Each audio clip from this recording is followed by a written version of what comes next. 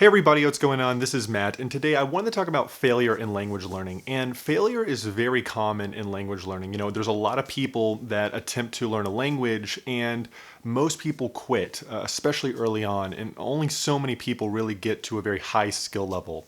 And this is unfortunate. And if you failed in the past, it's not something to be discouraged about or to get down on yourself. It happens to a lot of people. And with language learning, it's very similar, I think, to people that want to go learn an instrument. They they pick up a guitar or something like that, and they quit.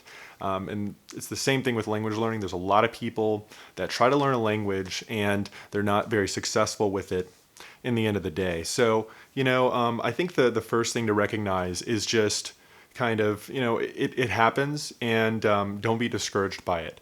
And I think there's a lot of core reasons why people quit, which I want to go over in this video. But, even in my own experience, in the past, years ago, I've attempted a language and, I just lost motivation. I quit and I gave up. And then maybe I went back to it 5 months later, tried it again. And this has happened to me multiple times. And I know for a lot of people that have learned languages, it's happened to them as well. So you're not alone if you have, tried to learn a language before and you weren't very successful. But I think it's also important to not fall into this negative mindset about language learning.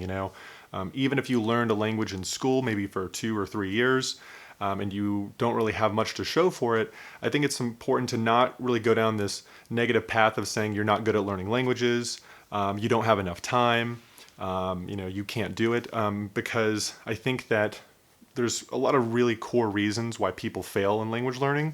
And I think that you just have to understand those and try to avoid them as you go on that path.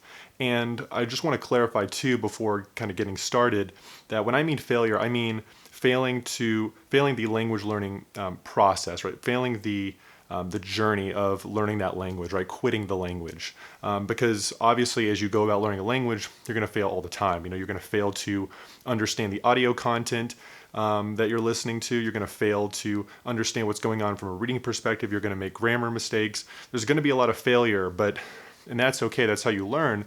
But you don't want to fail in the journey of learning that language. In other words, quitting the language. So how do we kind of avoid and reduce the risk of failing and quitting the language learning process? Well, I think we have to understand, why do most people quit?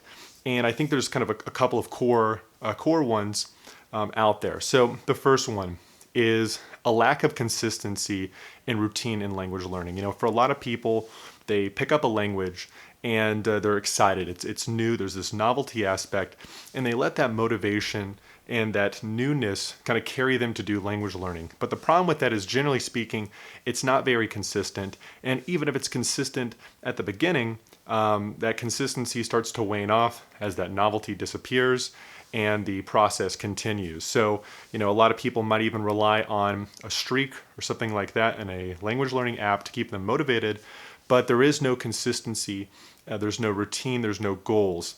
And eventually, when you face difficulties, maybe things get busy in life, and you get off of just doing language learning all the time, it's very easy to kind of lose motivation, to get frustrated when you face difficulties and quit, especially because learning a language takes so long. And so I think that one of the best remedies for that is having a routine, having goals, and tracking in your language learning. So this is so big. If you know where you're going, you know what you need to do every single day, every single week, and you consistently put in time and effort into language learning every day, every week, or a certain amount of time each month, that helps to kind of ensure that you're making constant progress and that you're kind of continuously going along in the language learning process. And because, getting to a high skill level takes so long, you really do want that routine and that consistency. And I think that for a lot of people, they don't have goals, they definitely don't track them, and they don't establish a routine. And that's a big reason why in the longer term, people fail, because there's a ton of beginners, there's a ton of beginner material out there, but a lot of people just lose that motivation. They don't have that consistency, and it's a big kind of point of failure, in my opinion, for a lot of people that attempt to learn a language.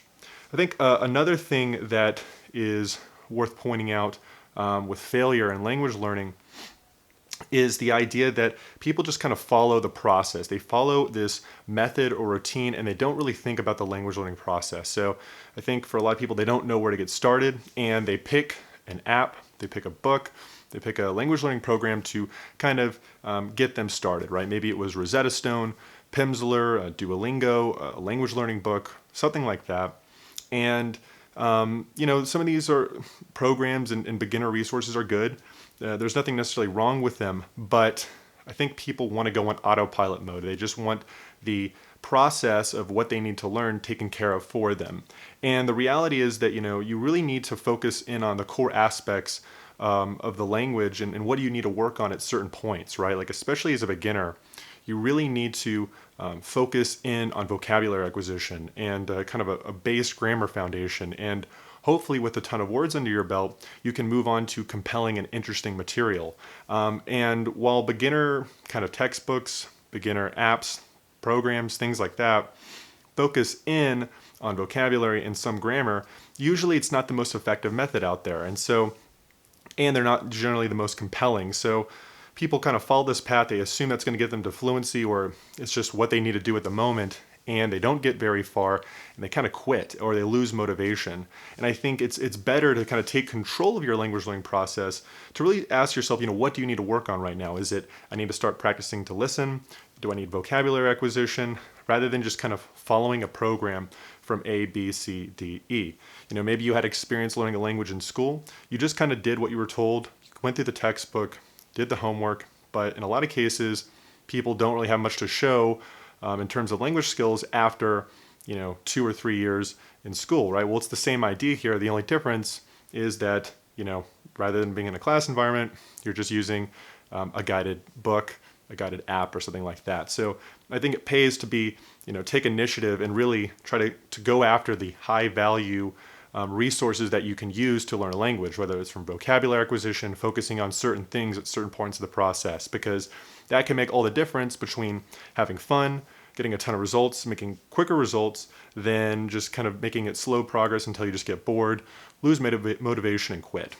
I think another source of failure for a lot of people is they don't have fun in the language learning process and they don't get to compelling and interesting material. Because language learning takes so long, you really want to have fun in the process. And I think that it really is important to get to fun and compelling material as soon as possible as part of your language learning routine. What I mean by that is, using things like reading in a foreign language, listening to podcasts, watching Netflix shows, having conversations with others, maybe playing video games in a foreign language. You want to do these kind of fun aspects, even if it is difficult at times, even if you don't understand everything. You want to get to a place where you're using that material. And I think for a lot of beginners, they associate maybe Netflix shows or reading with fluency. And while you don't have to be fluent to do those things, you can get a ton of value out of reading, even if you don't understand everything. Same goes with listening and things like that. It's not purely associated with fluency. You want to use these things because they're fun and compelling and effective in your language learning process. And generally speaking, to get to those places, you need to get some sort of foundation in vocabulary and grammar. And I think that that's very important. And a lot of people don't kind of focus in on getting to a place where they're using compelling content in their language learning.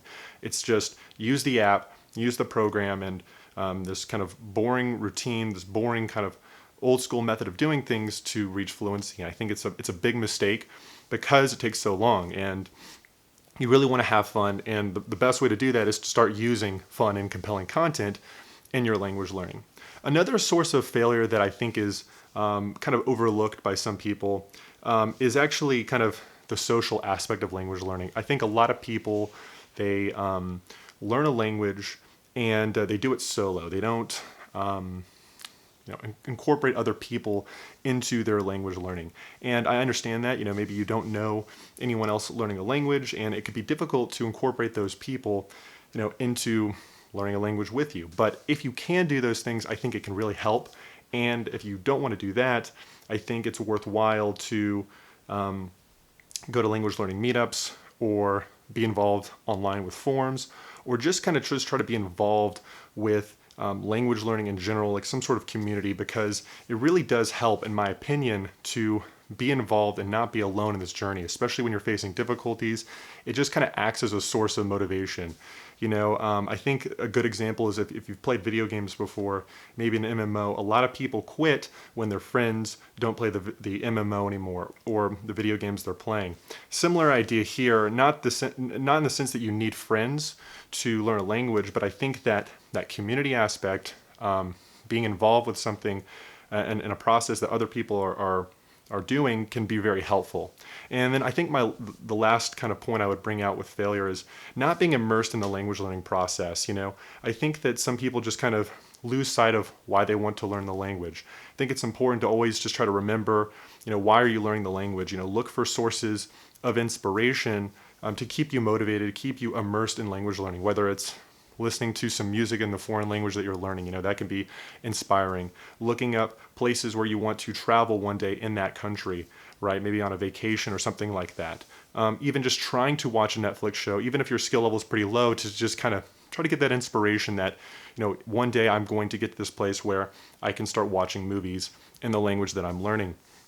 I think it's also worthwhile just to be immersed in language learning. Watch language learning YouTubers, read articles, be involved in forums. Just being involved with language learning, kind of being immersed into it, can really help you to stay motivated, to make more progress, and just have a lot of fun too. So when you kind of look at all these kind of critical points of failure, I think they're all pretty common, especially with a lot of beginners quitting the language learning process. So, if you failed before with language learning, it's okay. Don't let that break you down. There's a new year coming up. It's a perfect time to try again. But just realize that failure is very common. And I think that of the reasons that I mentioned earlier, those are some pretty common kind of reasons for people failing and quitting language learning. So, if you're trying to think about maybe starting up again, you're kind of discouraged by your past failure or something like that, just realize that those are probably some really core reasons why a lot of people fail. And hopefully you can take that into consideration to kind of minimize the chances that you'll fail in the future. So that's what I had to say on the subject. Let me know what you think, and I'll see you in the next video. Take care.